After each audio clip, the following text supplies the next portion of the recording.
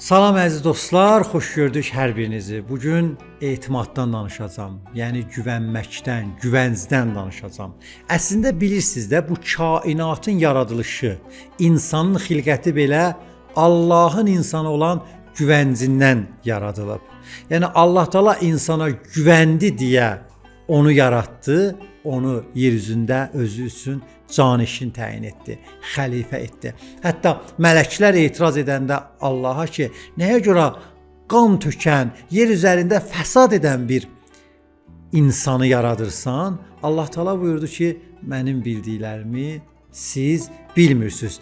Allah insana inandı. Allah insana güvəndi. Ona görə də mən istəyirəm bugün güvəncin, etimadın növlərindən danışam və hər birinin əhəmiyyətinə toxunam.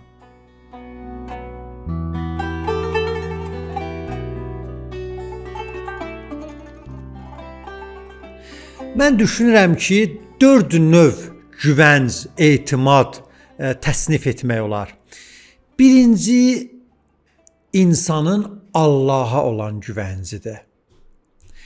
Biz əgər özümüzü mömin hesab ediriksə, bütün işlərimizdə Allaha güvənməliyik. Yəni Allaha təvəkkül etməliyik, Allaha etimad etməliyik. Təbii ki, bir işi görürsən, o işi görməmişdən də öncə Allaha təvəkkül et, başla. Və işi gördün, işin sonunu da yenə Allaha tapşır. Bu yəni Allaha inanmaq, ona güvənmək. Sən istəyirsən məsələn əkinçilik eləyəsən, əkməmişdən də öncə deyən ilahi, sənə təvəkkül edirəm, əkirəm, əkdin, bəhrə almaq üçün də deyən ilahi, sənə təvəkkül edirəm, bəhrəsini özün ver. İndi bu ticarətdə də belədir, təhsildə də belədir, bütün sahələrdə. Deməli, birinci növ və çox önəmli növ etimad insanın Allahına olan etimadıdır. Allah Taala möminlərin xüsusiyyətində buyurur: "Və alə rabbihim yetevekkelun." Onlar öz Rəbblərinə təvəkkül edərlər, güvənərlər, etimad edərlər. Çalışaq həyatımızın bütün sahələrində Allaha güvənək. Hər ləhzəmizdə Allaha təvəkkül edək, ona inanaq. Əgər o bizi bu yerə qədər gətirib çatdırıbsa, buradan sonra da yenə o bizi aparacaq. Sadəcə qəlbimizi ona verək, könlümüzü Allaha həvalə edək, ona tapşıraq. O özü bilir bizim könlümüzdə nə etsin, bizim həyatımızda nə etsin. Biz bəzən gedirik, ona sığınırıq, buna sığınırıq, ona güvənirik, buna güvənirik, amma Allah qalır. Ən birinci və elə sonuncu, həmişə güvəndiyimiz varlıq, yeganə varlıq Allah olmalıdır. Amma bu o demək deyil ki, biz başqalarına güvənməyəcəyik. İkinci məsələ, insanın güvənc məsələsi, insanın özünə güvəncidir. Hələ başqalarından öncə. Başqalarından öncə. Allaha güvənəndən sonra insanın ikinci güvənməsi, etimad etməsi insan öz güvəncidir. Bəli. Bu özgüvənmək o demək deyil ki, mən hər şey edə bilərəm. Mən Allahın izni ilə hər şey edə bilərəm. Mən Allahın iradəsi ilə, Allahın istəyi ilə hər şey edə bilərəm. Hər şeydən də məqsədim, yəni çox şey edə bilərəm. Məlum ki, o demək deyil ki, mən məsələn filan kəs o hər şey eləyə bilərəm. Yox. Yəni öz gücüm qədər, öz bacarığım qədər, öz iradəm, əzmim qədər çox şeyləri bacararam. Amma öz güvən məsələsi çox önəmli məsələdir. Danışarkən insan öz güvənci olmalıdır. Bir yerə gedərkən, bir iş görmək istəyəndə, yox mən bacarmıram, bacara bilmərəm.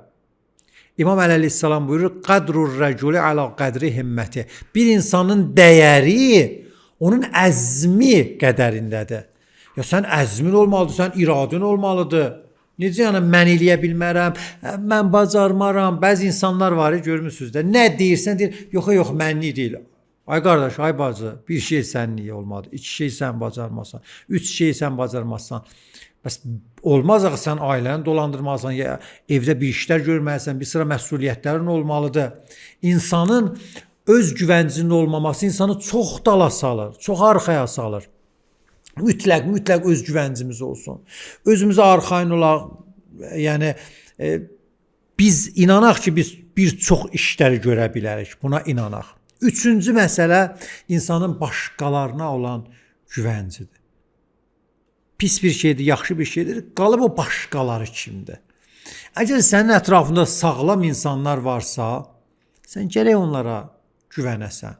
Güvənc olmadan ümumiyyətlə yaşamaq mümkün deyil.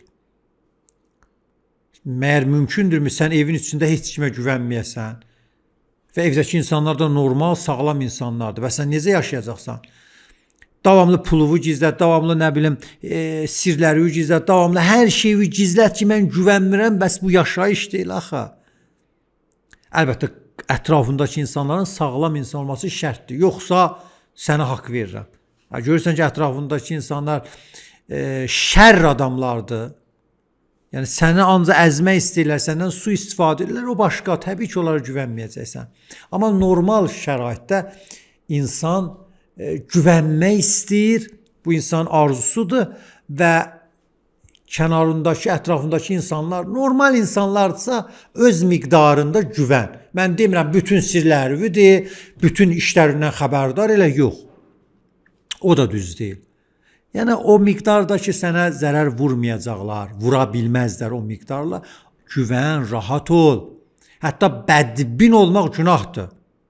Quran buyurur, İçtəni bu kəthirən minəzzən, innə bəzəzzənni ismun. Bəzi zən, bədgümanlıqlar günahdır, onlardan uzaq qalın. Uzaq qalın. Yəni, Quran bizi o bədgümanlıqdan uzaqlaşdırır. Xoşbinlik, nikbinlik, qarşı tərəfə, insanlara qarşı müsbət fikirləşməyə tövsiyə edir. Hətta bizim hədislərdə var ki, mömin insanın işini yaxşıya yoz. Yəni, bizdən hüsn-i zənn arzu olunub, istənilib. Deyir, hətta pis iş görsə, onu 70 dəfə yaxşı yerə yoz.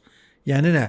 Yəni, yaxşı düşünməyi bacar, hüsn-i zənnin olsun, ətrafımızdakı insanlara qarşı biz mütləq xoşbin olmaq üçün təlaş eləməliyik. Əlbəttə, dediyim o şərtlə, əgər ətrafımızdakı insanlar sağlamdırsa.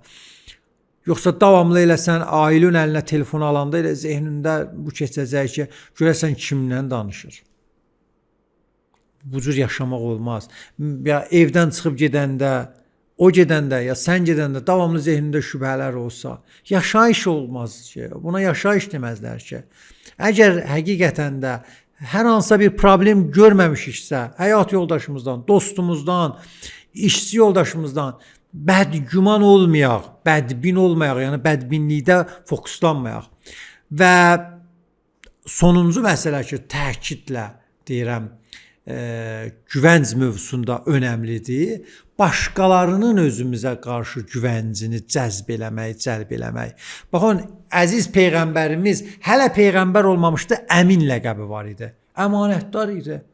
Yəni, insanlar onu əmanətdar olaraq tanıyırdılar. Onun yanında mallarını qoyurdular, onun yanında sözlərini danışırdılar və bilirdilər ki, bu kişi heç vaxt kiminsə sözün başqa yerdə deməz, bu kişi əmanətə xəyanət eləməz. Hələ Peyğəmbər deyildi ya. Əmin ləqəbi. Eşitmişsiniz də Muhammed Əmin deyirlər Peyğəmbərə. Əmin onun ləqəbidir, yəni əmanətdar. Cəmiyyət içərisində o insanlar müvəffəq olurlar ki, əmanətdardılar. Necə? Misal üçün ticarət edirsən. Ticarətdə etibar söhbəti çox önəmlidir. Vacib faktordur. Məsələn, sənə istəyirlər çox mal tapşırsınlar, sənin yanında çox mal qoyub getsinlər. Nə olur, nə edirlər onlar? Sənin etibarı ölçürlər, sınaqdan keçirdirlər səni. Məxsusən böyük şirkətlər, məsələn, böyük ticarət aləmində istəyirlər səndən iş görsünlər. Neçə dəfə səni xırda şeylərdən imtihana çəkirlər, sınaqdan keçirdirlər. O etibardan, dərsindən, imtihandan keçsin, səninlə böyük müqavilələr bağlayırlar. Mən demirəm, bu müqavilə üçün, hər hansısa dünyəvi mənfəət üçün biz etibarlı insanlığa, başqalarının etibarını cəlb eləyək. Deyirəm ki, nəticəsi də bu qədər gözəl olur. Sənin vəzifən budur ki, elə davranasan insanlarla, elə yaşayasan insanlarla, gediş-gəlişin elə şəkildə olsun ki, hamı sənə rahat güvənə bilsin. Hamı desin ki, qardaş, bacı, filan kəs güvenilir adamdır. Ona etibar eləmək olar, etimad eləmək olar. Deməli mən bu gün etimad mövzusunu 4 yerə böldüm. Dedim ki, insan Allaha güvənci, etimadı, insan özünə güvənci, insanın 3 başqalarına güvənci və 4 insanın başqalarının güvəncini özünə cəlb eləməsi. Nəzərə alsaq ki, birincidə də dedim ki, Allah da insana güvənir. Hətta demək olar ki, 5 növ burada təsnifat eləmək olar güvəncə. Bu təsnifat özümə aid idi. Yəni özüm düşündüm ki, bu şəkildə biz güvənc mövzusunun şaxələrini eləyə bilərik, açıqlayaq.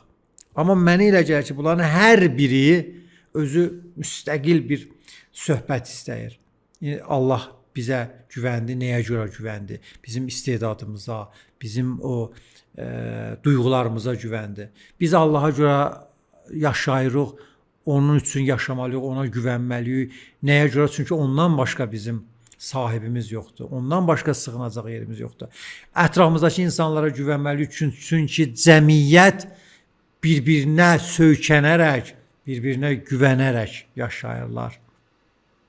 Və eyni zamanda başqalarının güvəncini qazanmalıyıq ki, eləyə bilək bir-birimizin yanında sağlam həyat sürək. Yoxsa etibarsız insan olsaq, özümüzə də zərər vuracaq, ailəmizə də, cəmiyyətə də zərər vuracaq. O təsəvvür edirsiniz, cəmiyyətdə hamı etibarsızdır.